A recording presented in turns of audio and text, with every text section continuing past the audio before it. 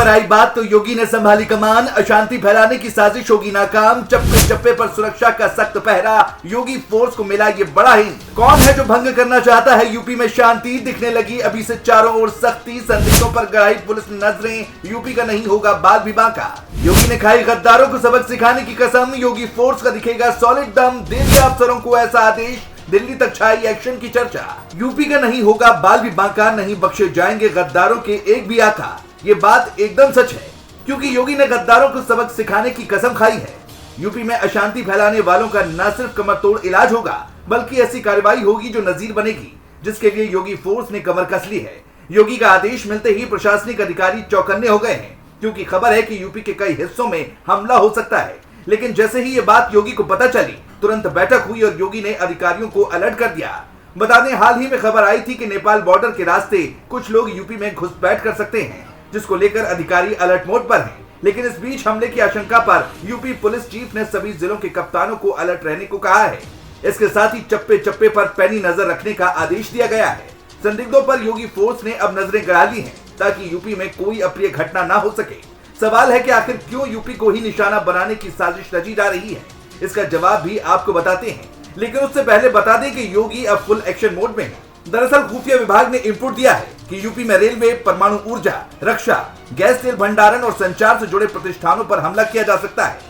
जानकारी के मुताबिक पाकिस्तान यूपी में हमला करने की साजिश रच रहा है। रिपोर्ट्स के अनुसार इंटेलिजेंस इनपुट के आधार पर डीजीपी मुख्यालय ने गोरखपुर समेत सभी जिलों की सुरक्षा एजेंसियों और अधिकारियों को अलर्ट मोड पर रहने के निर्देश दिए हैं। इसके साथ ही 9 जून को एक बड़ी बैठक भी बुलाई गई है। बता दें, ये आदेश गृह मंत्रालय की ओर से सभी मुख्य सचिवों और पुलिस महानिदेशकों को भेजे गए पत्र में लिखा गया है। पत्र में कहा गया है कि डीआरडीओ, रेलवे, परमाणु ऊर्जा विभाग, रक्षा शिपयार्ड, गैस संयंत्र, प्रमुख बंदरगाह और वित्तीय संस्थान गंभीर खतरे की जद में हैं। इसको लेकर डीजीपी कार्यालय ने सभी जिलों को सावधानी बरतने और हर प्रतिष्ठान की सुरक्षा को नए सिरे से परखने के निर्देश दिए हैं। खबरों के मुताबिक जिन इलाकों में no drone zone, no photography, no fishing है, वहां सख्ती बरतने की बात कही गई है। इसके साथ ही संवेदनशील इलाकों में सीसीटीवी कैमरे, ड्रोन निगरानी के साथ साथ फील्ड पेट्रोलिंग और चेकिंग तेज करने का आदेश दिया गया है। यूपी में बाहर से आने वाले लोगों पर कड़ी नजर रखने को कहा गया है। इसके साथ ही किराएदारों और ठेके पर लगे कर्मचारियों और संविदा कर्मियों के सत्यापन करने की बात भी कही गई है, क्योंकि कई बार ऐसा देखा गया है कि बड़े अपराधी दूसरे राज्यों में अपराध करने के बाद उत्तर प्रदेश में आकर छिप जाते हैं। लेकिन योगी फोर्स ने अब सबको बेनकाब करने की योजना बना ली है, ताकि यूपी में किसी को भी दिक्कत ना हो। योगी का आदेश है कि किसी को भी बख्शा ना जाए। जो भी प्रशासनिक काम में रुकावट डाले, उसे भी सबक सिखाया जाए।